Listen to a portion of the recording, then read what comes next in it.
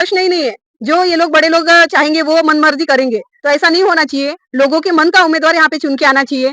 इस धरती से जुड़ा है ऐसा उम्मीदवार हमको चाहिए, ना कि कोई पार्सल आया हुआ उम्मीदवार हमें चाहिए, ना कि कोई गूंगा बहरा उम्मीदवार हमको चाहिए। हमको एक लोगों की बात रखने वाला उम्मीदवार यहाँ पे चाहिए। तो हम ये डिमांड कर रहे हैं कि महिला को आमदार होना चाहिए, महिलाओं को आगे बढ़ना चाहिए। ये लोग बोलते हैं इसी प्रकल्प है, यहाँ पे सूरजागढ़ है, यहाँ पे कौनसरी प्रकल्प है, तो उस हिसाब से देख रहे हो कि पैसे कमाने का ये सिर्फ जरिया बन चुका है ये क्षेत्र। नमस्कार साथियों, मैं राहुल मैं आपको पुनः हमारे न्यूज चैनल पर स्वागत करता हूं। और आप सभी जानते हैं कि वर्तमान समय में महाराष्ट्र में विधानसभा का चुनाव जो कि अब तूल पकड़ चुका है। सभी प्रत्याशी जो अधिकृत पार्टी से है और जो निर्दलीय भी लड़ रहे हैं, जिसे अपक्ष कहा जाता है महाराष्ट्र में, वे सभी अपना अपना जोर अपने चुनावी प्रचार में लगा रहे हैं। और बीते कुछ समय से आप मुझे जान रहे हैं कि मैं लगातार आपको महाराष्ट्र विधानसभा क्षेत्रों की जो कवरेज है अधिकांश प्रत्याशी के आपके तक के पहुंचा रहा हूँ। और इसी कड़ी में आज हम काफी दूर इलाके से चल करके गढ़चिरौली, जिसे दंडकारण्य के नाम से जाना जाता है, जो यहाँ की विधानसभा क्षेत्र 68 क्रमांक में हमारे अपक्ष प्रत्याशी, निर्दलीय प्रत्याशी जो कि राष्ट्रीय गणना पार्टी समर्थित भी है, जिनका नाम डॉक्टर सोनल कोवे जी, आज इनसे मुलाकात करेंगे, जानेंगे कि किन मुद्दों के आधार पर जनता के बीच में जाएंगे और वे क्या इनके जनहितैषी मुद्दे होंगे, चाहे वो शिक्षा का हो, स्वास्थ्य का हो, रोजगार को, या फिर अन्य मुद्दे जिनको लेकर वे जन समर्थन की बात अपने लेकर पाएंगे। मैडम, आपका स्वागत है हमारे न्यूज़ चैनल में। नमस्कार। जैसे कि मैंने आपका फ्लेक्स देखा, वहां पे लिखा हुआ है कि आमचा एकच ध्यास गढ़चिरौली विधानसभा होईल एकदम खास करके। तो इसका मतलब ये समझ में आता है कि गढ़चिरौली में वर्तमान में जो बुनियादी ढांचा है वो कमजोर है, और कहीं ना कहीं हमने ये देख भी लिया जब हम रोड से यहाँ तक के पहुंचे, तो काफी कमजोरी हमें देखी गई, बहुत समय लग गया। तो किसे आप इसके लिए जिम्मेदार मानती है और क्या चीजें जो खास करना चाहती है आप इस विधानसभा क्षेत्र में? देखिए, हमारा विधानसभा क्षेत्र जो है गढ़चिरौली जो है वो अति दुर्गम भाग में आता है। और इस वजह से जो है यहाँ पे जो आमदार रहे, खासदार है, यहाँ पे ध्यान नहीं दे रहे हमारे हमारे लोगों की कोई सुन नहीं रहा है। हमारे लोग जब बोल रहे हैं कि इस कैंडिडेट को आप टिकट दे दो, तो वो तक उन्होंने नहीं सुना है ना? तो लोगों का यहाँ पे कोई प्रश्न ही नहीं है।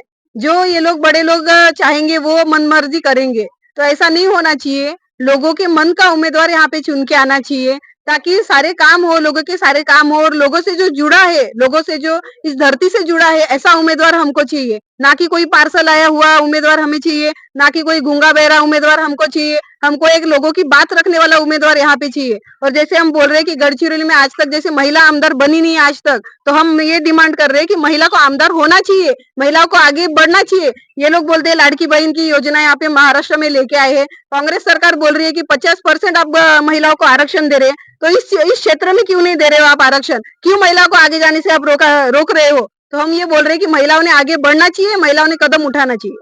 चलिए, अगर मैं बात करूँ इस गढ़चिरौली क्षेत्र के बुनियादी स्ट्रक्चर की, जिसमें मैं शिक्षा की बात करूँ, स्वास्थ्य की बात करूँ, रोजगार की बात करूँ, या इवन आदिवासियों के जल जमीन जंगल की बातें करूँ, या और भी ऐसी चीजें, तो ये तमाम चीजें कहीं ना कहीं सरकार इनकी उपेक्षा करती नजर आती है इस क्षेत्र में।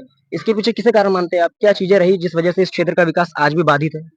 देखिए, इस क्षेत्र में हमेशा ये जो उपयोग का क्षेत्र ये लोग मान के चल रहे हैं। इसे कोई डेवलपमेंट के रूप से नहीं देख रहा है। इसे सिर्फ एक क्या बोलते हैं उसको, क्या ले सकते हैं इससे, सिर्फ वही सोच रहे हैं ये लोग। अभी जैसे प्रकल्प है यहाँ पे सूरजागढ़ है, यहाँ पे कौनसरी प्रकल्प है, तो उस हिसाब से देख रहे हो कि पैसे कमाने का ये सिर्फ जरिया बन चुका है ये क्षेत्र। इस क्षेत्र का प्रकल्प, इस क्षेत्र के प्रगति के बारे में कोई सोच नहीं रहा है। हम ये चाहते हैं कि प्रगति के बारे में आप सोचिए, डेवलपमेंट के बारे में आप सोचिए, लोगों के बारे में आप सोचिए। शिक्षा एकदम निम्न स्तर पर है इस क्षेत्र की। आप तो रोड रोड तो आपने खुद ही देख लिया है कि जैसे चंद्रमा पे गड्ढे होते हैं, उसी तरह हमारे गढ़चिरौली में हर रोड पे गड्ढे हैं। अरे रोड ही नहीं है, सही बात बोले ना, तो रोड ही नहीं है यहाँ पे।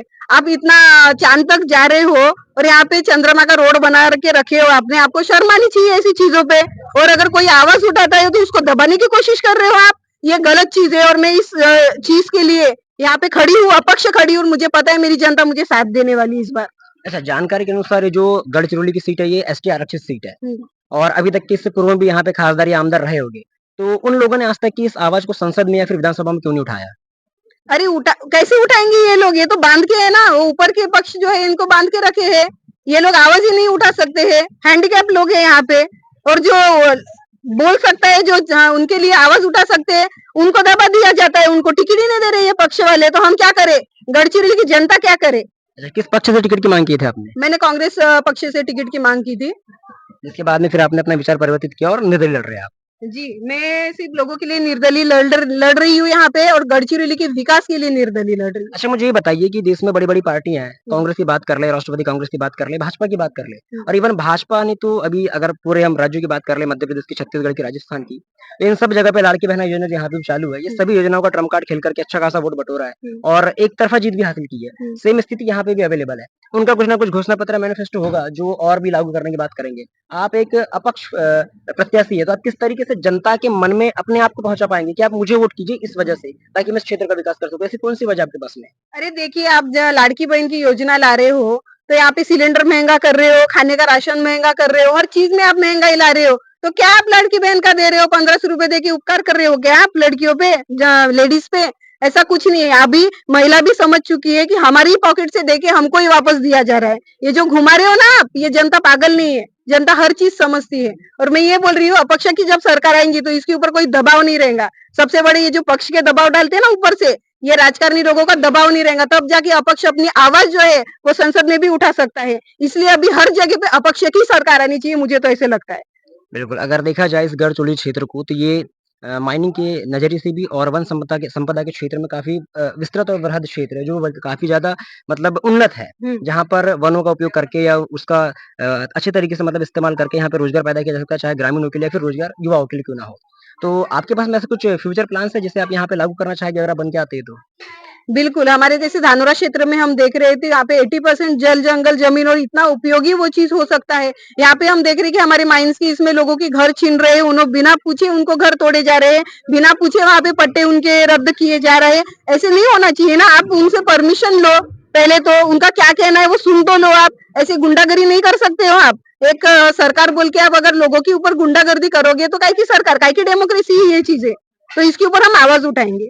चलिए, हमारे चैनल के माध्यम से इस गढ़चिरौली विधानसभा क्षेत्र की जो जनता है, उन्हें क्या संदेश देना चाहेंगे आप?